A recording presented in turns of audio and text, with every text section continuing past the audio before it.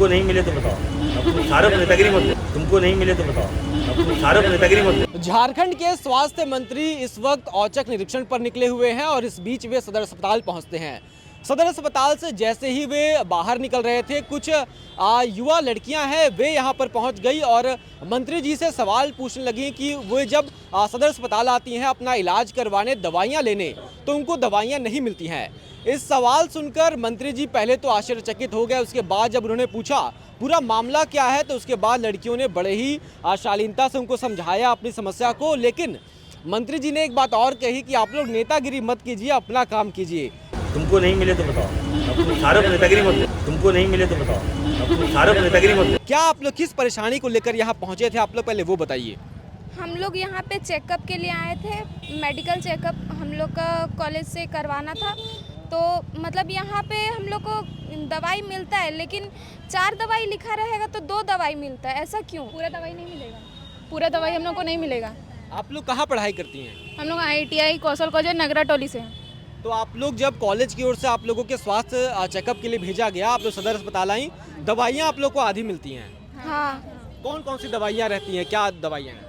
अपना personal checkup के लिए यहाँ पे आते हैं तो वो लोग बस देखता है और देखने के बाद ट्रीटमेंट नहीं करता, बाकी दवा लिख के दे देगा। मतलब बॉडी चेकअप होता ही नहीं है कि अंदर में कैसा बीमारी क्या नहीं, वो नाम मात्र का केवल कागजी कार्रवाई होती है। दवा लिख के दे देगा यहाँ पे, दवा नीचे में लेके फिर बाकी दवा बाहर से भी लेना पड़ता है हम लोग को। मतलब ट्रीटमेंट नहीं होता है। मतलब बॉडी चेकअप के लिए आपका देखा, आपके 2 हाथ है, 2 पैर हैं, बस ठीक है। मेरा दांत खराब है, ठीक है, सड़ा हुआ है, तो बस देखेगा कि हाँ खराब है, दवा लिख देगा, दर्द कम होगा, पर ट्रीटमेंट नहीं करेगा कि उसको जड़ से कैसे हटाया जाए। वो नहीं होता है।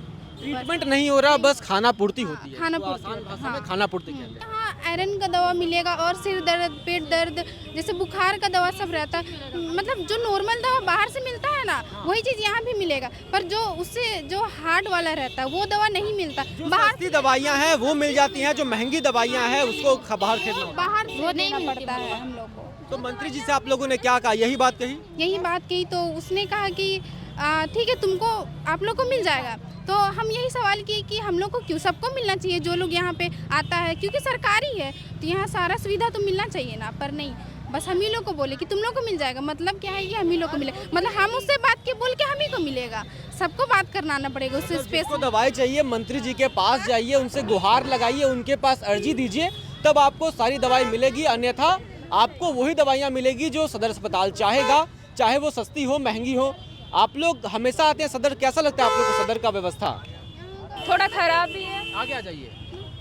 देखिए यहाँ पर दवा फैसिलिटी रहना चाहिए उतना नहीं है। फैसिलिटी जितना होना चाहिए उतना नहीं रहता। नहीं।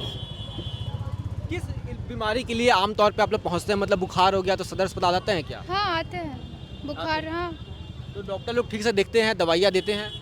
देखते हैं, लेकिन दवाई जितना लिखा हुआ रहता है उतना देते नहीं है। चेकअप होता है, हाँ चेकअप होता है, उसके बाद हम लोग को दवाई बाहर से ही लेना पड़ता है। आधा से ज़्यादा दवाई हम लोग को बाहर से ही लेना पड़ता है। और महंगी दवाइयाँ? हाँ, जैसे कि 4 दवाई लिखा तो हम लोग को 2 ही दवाई यहाँ पे मिलता है और 2 दवाई हम लोग को बाहर से लेना पड़ता है। अभी ये आप लोग आपके हाथ में है, क्या है, किस चीज़ के लिए आप लोग हम लोग का मेडिकल चेकअप है, जो दवाई लिखा गया जो कि आप लोग को नहीं मिला? दवाई के लिए नहीं है। दवाई नहीं है, केवल चेकअप था। चेकअप था। तो ये हाल है सदर अस्पताल का, जहां आज जब लोग अपनी अर्जी लेकर पहुंचते हैं मंत्री जी के पास, तो मंत्री जी केवल उनकी ही समस्या का समाधान करते हैं और कहते हैं कि अगर आप सबकी बात करेंगे तो आप नेतागिरी कर रहे हैं। अब आप मंत्री जी के इस वक्तव्य से कितना सहमत हैं कमेंट में ज़रूर लिखें। आप इन लड़कियों की बातचीत से सहमत हैं तो भी कमेंट में लिखें। आपको झारखंड की जो स्वास्थ्य सुविधाएँ हैं उसको आप कितना रेट करते हैं वो भी कमेंट में ज़रूर लिखें। फिलहाल के लिए बस इतना ही, शुक्रिया।